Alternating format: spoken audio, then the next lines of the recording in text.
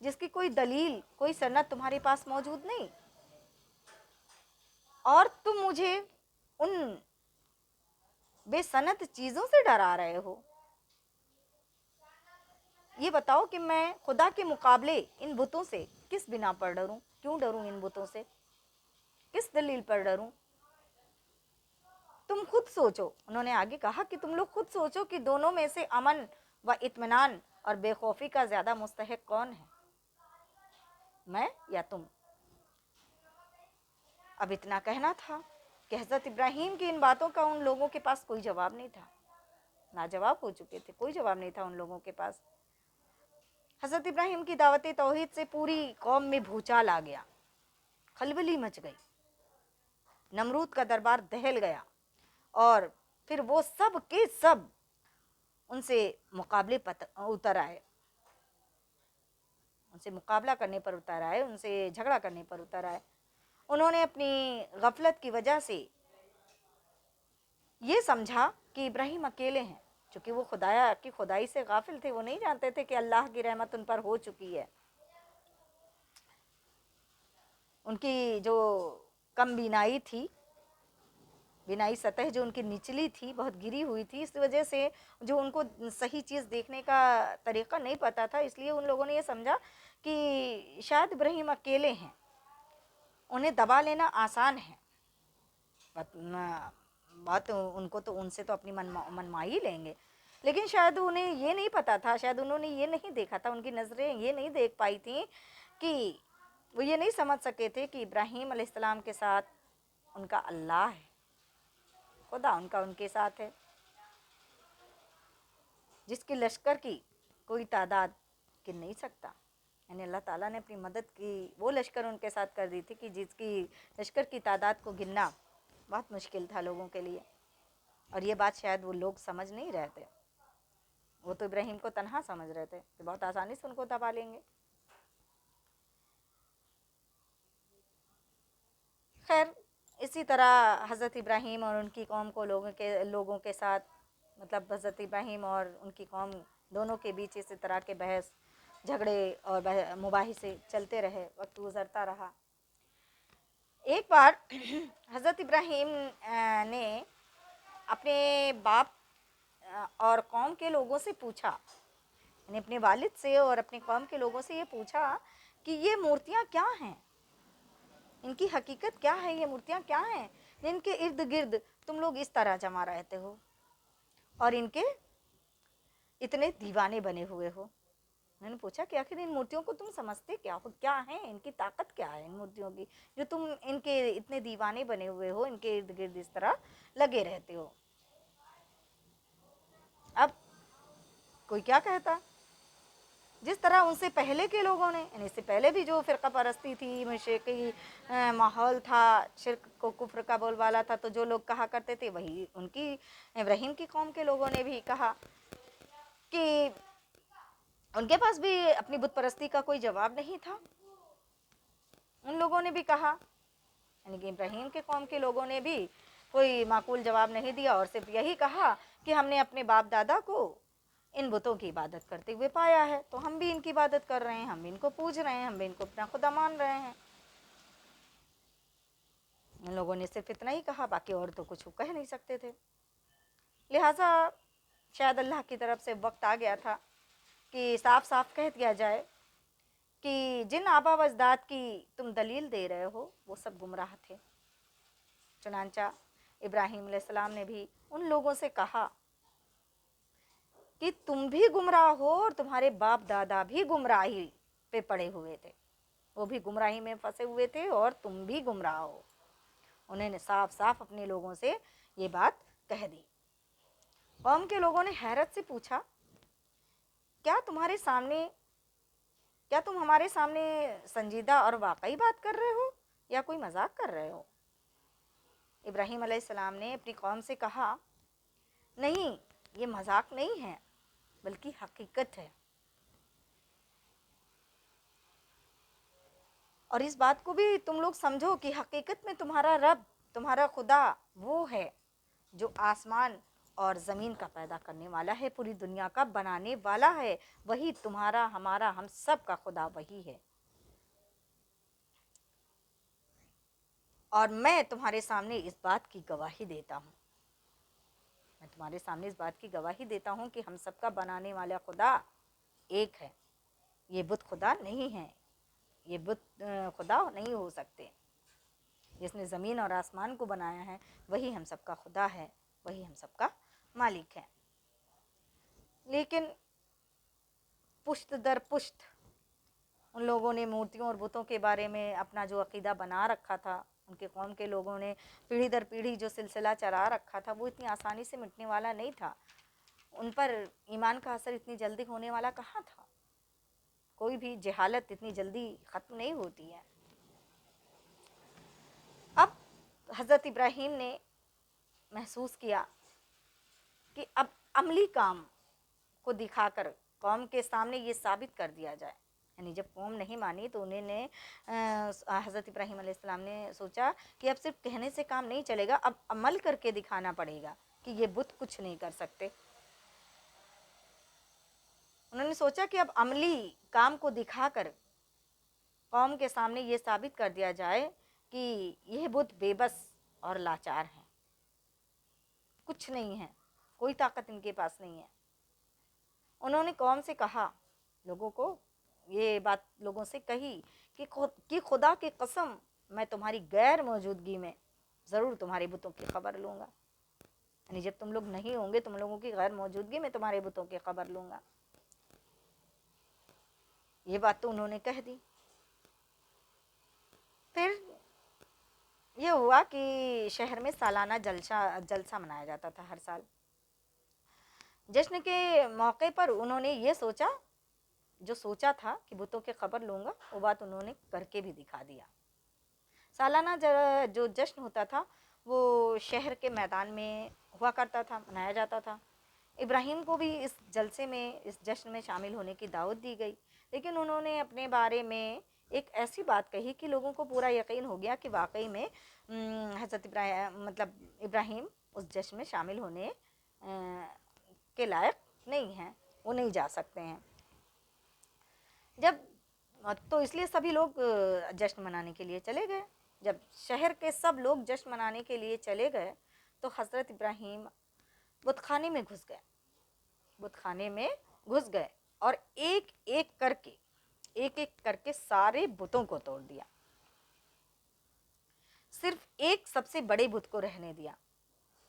یعنی سارے چھوٹے چھوٹے بتوں کو توڑ دیا، صرف ایک جو سب سے بڑا بت تھا اس کو باقی رہنے دیا۔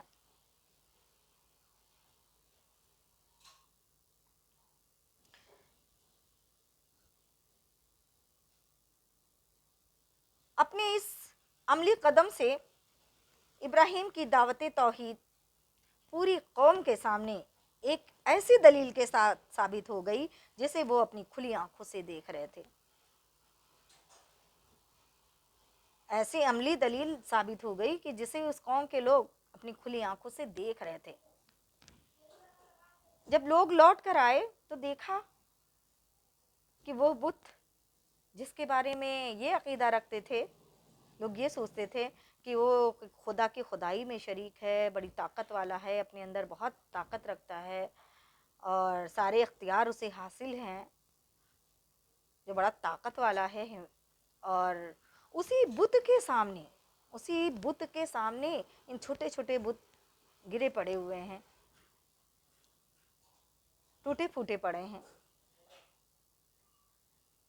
اور وہ طاقت رکھنے والا بت جسے لوگوں کا عقیدہ تھا کہ یہ بہت طاقت والا ہے، وہ طاقت رکھنے والا بت کچھ نہیں کر سکا، انہیں نہیں بچا سکا۔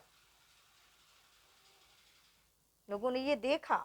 کہ جسے ہم سب سے بڑا طاقت والا سمجھتے ہیں، اسی کے سامنے یہ سارے چھوٹے چھوٹے بت توڑ پھوڑ دیے گئے ہیں اور یہ یوں ہی کھڑے رہ گئے ہیں۔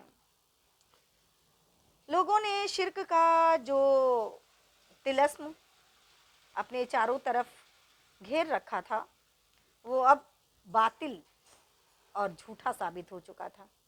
یعنی لوگ حیران ہو گئے تھے کہ واقعی ہم تو اس کو بہت طاقت والا سمجھتے ہیں، لیکن انہی طاقت والے دیوتا کے سامنے یہ سارے بت توڑ دیے گئے اور یہ اپنی جگہ سے ٹس سے مس بھی نہیں ہوئے۔ اب لوگوں کو بڑی شرمندگی ہوئی، لوگ سوچنے پر مجبور ہوئے۔ قوم کے سرداروں کی گردنیں ذلت اور رسوائی کے احساس سے جھکی ہوئی تھیں، لیکن پھر بھی جب انہوں نے اپنی گردنیں اٹھائیں، یعنی ذلت اور رسوائی کا تو احساس تھا، لیکن جب انہوں نے اپنی گردنیں اٹھائیں تو سوچے کیا کیا ہوگا۔ ان کی پیشانی پہ جب ان کی گردنیں اٹھیں تو ان کی پیشانی پر شرم اور ندامت کی جگہ انتقام کی سلوٹیں اور چہرے سے غصے کی آگ برس رہی تھی۔ بہت برا لگا تھا ان لوگوں کو، تو غصے کی آگ چہرے سے برس رہی تھی اور ان کی پیشانی پر انتقام کی سلوٹیں پڑی ہوئی تھیں۔ حضرت ابراہیم کو بت توڑنے کے جرم میں جیل میں ڈال دیا گیا اور نمرود کے سامنے ان کا مقدمہ خود ان کے باپ نے، جو نمرود کی حکومت میں ایک بڑے عہدے پر فائز تھے، انہوں نے خود نمرود کے سامنے اپنے بیٹے کا مقدمہ پیش کیا۔ نمرود کی طرف سے یہ حکم ہوا سزا کے طور پر کہ ابراہیم کو آگ میں ڈال دیا جائے، آگ کے الاؤ میں ابراہیم کو ڈال دیا جائے۔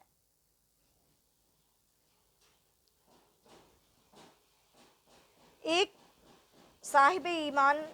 سے، یعنی سچا ایمان رکھنے والے سے کوئی ڈگا نہیں سکتا ہے، کوئی بھی سزا، کوئی بھی آزمائش ایک سچے اور ایماندار انسان کو اپنے راستے سے، اپنے ایمان سے ہٹا نہیں سکتا ہے۔ حضرت ابراہیم نے تو خدا کی خوشنودی اور دین کی سربلندی کے لیے خاندانی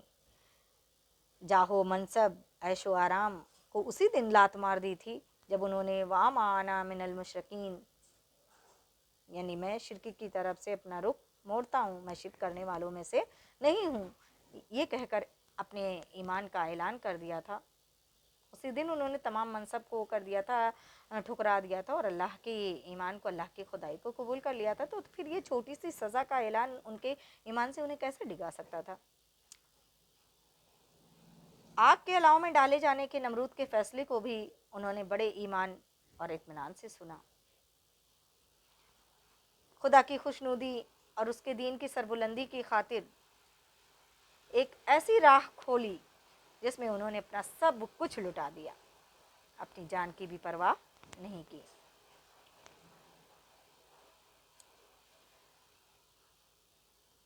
اللہ کی راہ میں عہدہ، عیش و آرام کی قربانی دینے کے بعد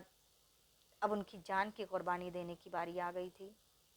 بے شک اللہ بے حد رحیم و کریم ہے، بڑا رحم کرنے والا ہے، آزمائشیں لیتا ہے لیکن آزمائشوں سے اپنے بندے کو پورا اور مکمل اور مضبوط پا کر کے اپنی آزمائش میں بہت اچھی طرح سے اس آزمائش سے اپنے بندے کو نکال بھی لیتا ہے۔ جس رب کے لیے حضرت ابراہیم نے اپنی بہت ساری قربانیاں دی تھیں، وہ رب اب یہ دیکھنا چاہتا تھا کہ وہ اپنی جان کی قربانی دینے میں حضرت ابراہیم کھرے اتر پاتے ہیں یا نہیں۔ ایک آزمائش کا سلسلہ اور تھا، اللہ تعالیٰ نے ان کی یہ آزمائش بھی لی، ان کی جان کی قربانی بھی مانگی۔ جب حضرت ابراہیم کو آگ کی دہکتے ہوئے الاؤ میں ڈال دیا گیا تو ان کی یہ آزمائش بھی پوری ہو گئی، اور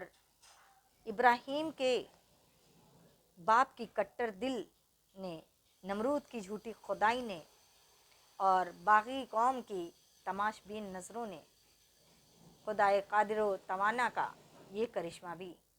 اپنی آنکھوں سے دیکھا کہ قُلْنَا يَا نَارُ كُونِي بَرْدًا وَسَلَامًا عَلَىٰ ابراہیم۔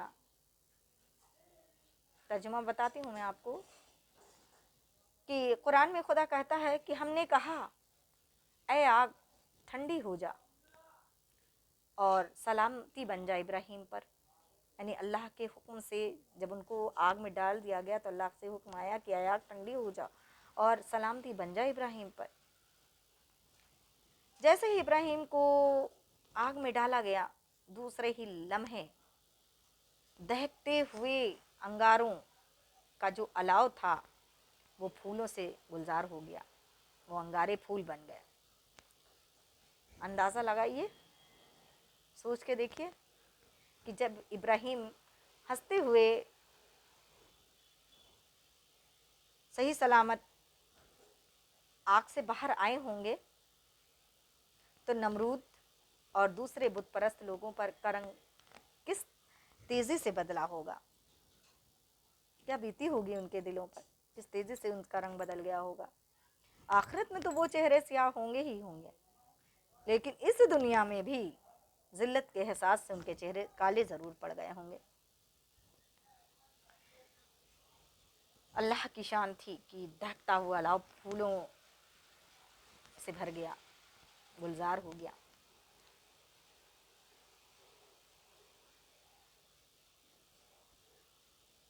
تو یہ آزمائش بھی حضرت ابراہیم کو دینی پڑی، لیکن حضرت ابراہیم کی قربانی کا اور آزمائش کا سلسلہ ابھی ختم نہیں ہوا تھا، اور نہ ہی ان کی ایمان پھیلانے کا کام کا سلسلہ ہی ختم ہوا تھا۔ دونوں ہی چیزیں چل رہی تھیں۔ حضرت ابراہیم خدا پر ایمان لاتے جا رہے تھے، ایمان پھیلاتے جا رہے تھے، اور اللہ کی آزمائشیں ان پر ہوتی جا رہی تھیں۔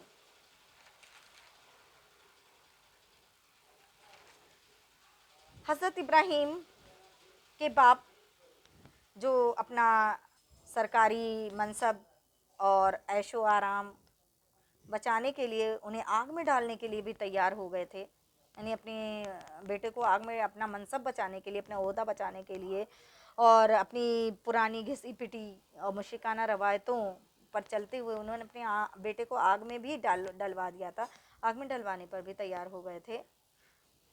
وہ یہ نہیں جانتا تھا، وہ یہ بالکل برداشت ہی نہیں کر سکتا تھا، بالکل نہیں چاہتا تھا حضرت ابراہیم علیہ السلام کا باپ کہ ان کا باغی بیٹا اپنے ایمان اور توحید کی دعوت پھیلاتا رہے۔ چنانچہ